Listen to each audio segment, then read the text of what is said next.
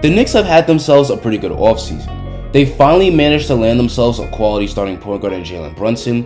They re-signed Mitchell Robinson and picked up a pretty damn good backup center in Isaiah Hartenstein. So in this video, we're going to do an in-depth analysis of the Knicks roster for the upcoming season in the order of the Knicks depth chart at each position.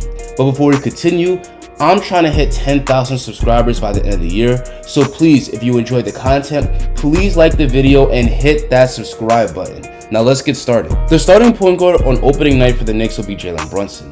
Brunson is an advanced point guard that could create his own offense, score efficiently, and set his teammates up for easy baskets. He averaged a solid 16 points and 5 assists per game for the Mavs last year, but those numbers don't show how good Brunson really is.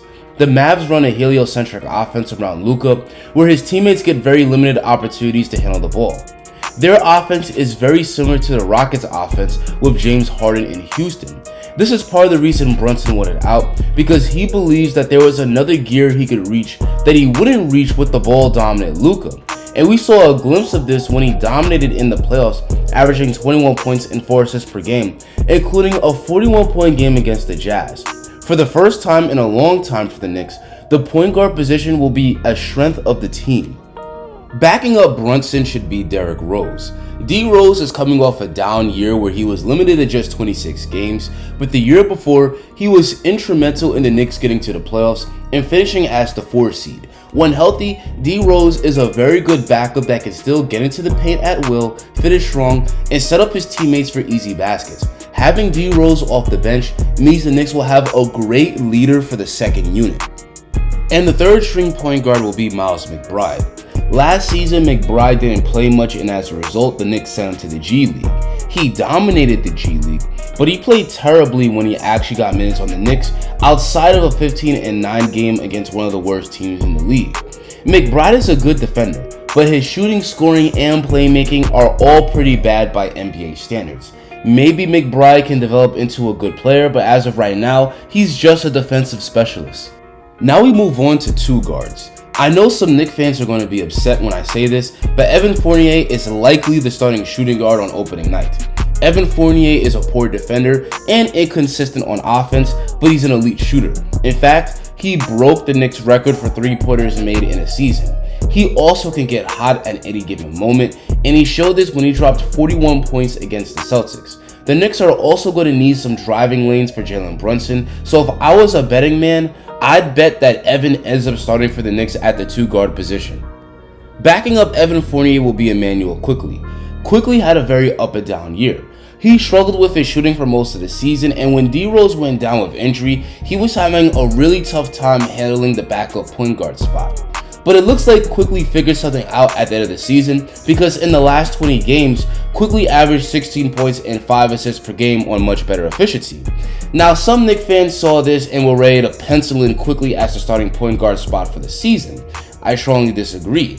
I don't think Quickley earned the starting point guard spot just because of that small sample size at the end of the season. I still think Quickley is better off as a combo guard off the bench, but if Quickley can carry that same production at the end of last year into next season, then he could be a great second unit player for the Knicks, maybe even a 6th man of the year candidate. Next at the two guard spot, we have Quentin Grimes. I know I have Grimes as the third string two guard, but I wouldn't be shocked if he finds himself in the rotation. Grimes is the prototypical 3-and-D player. He hit 38% of his threes in his rookie year, and he's an excellent on-ball defender that can guard multiple positions. Every contender needs a player like this, so the Knicks have to find a way to get him minutes. Lastly, at the two guard spot, we have Trevor Keels. The Knicks took Keels with the 42nd pick in the draft.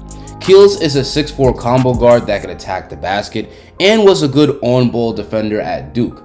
I don't expect him to get much burn, so it would make sense for the Knicks to let him develop in the G League. And now we move on to small forward. RJ had a good third year in the league. Averaging 20 points per game at just 21 years old is a great accomplishment. I know he wasn't very efficient, but it was also his first year as a volume scorer. RJ still needs to get better as a finisher and off-the-bounce shooter. The fact that Zion Williamson, John Morant, and Darius Garland, who was drafted after him, have all made all-star teams and were given max extensions should motivate RJ. RJ is headed into a big year. He's entering his 4th year in the league, and this is a contract year. Now's the time for RJ to make the all-star leap. Behind RJ is his former Duke teammate Cameron Reddish. The Knicks traded for Cam at last year's deadline, and unfortunately, the Knicks didn't get to see much from him because of a shoulder injury. Cam is one of the young players on the team that I'm actually the most hopeful for. He's got all the tools to be an all-star in the league. He's 6'8" with a long 7'1" wingspan, he's very athletic, and he's got the ability to shoot and handle. This is why he was compared to Paul George when he was drafted. Like RJ, he's headed into a big 4th year.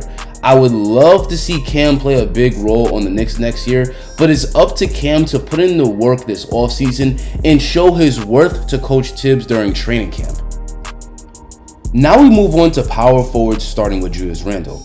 I've never seen a player's career with one team be this much of a roller coaster. First, Randle has a bad year with the Knicks, then he plays great in his 2nd year, and then he plays bad again. The Knicks are going to need Randle to have a bounce back year. Randle is still a very skilled player, but his shooting fell off a cliff this season after his shooting was the main reason he was an all-star 2 seasons ago. It's unlikely Randle will ever shoot as well as he did that year, but if he could come close, that's huge. Backing up Randle is Obi Toppin. Like Quickly, Obi came alive at the end of the season, averaging 16 points and 5 boards per game in the last 15 games of the year.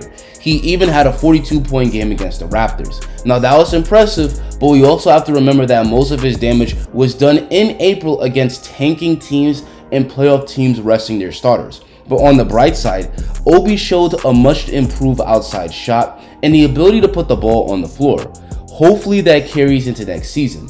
Unfortunately, he'll likely never play big minutes with Julius Randle on the team, but Obi can be a very good backup. Lastly, we move on to the center spot. The Knicks re-signed Mitchell Robinson to a 4-year, $60 million deal. I'm a big fan of this move. Mitch is one of the best defensive centers in the league, along with being a great rebounder and finisher around the basket. I think his scoring is going to go up now that he's finally playing with a quality point guard that can throw him lobs in Jalen Brunson.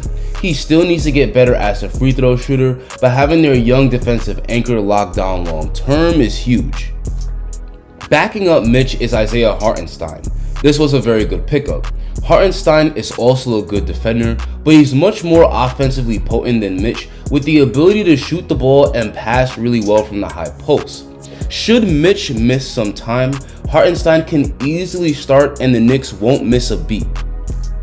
Lastly, the 3rd string center will be Jericho Sims. Sims has been a steal for someone who was drafted at the very end of the 2nd round.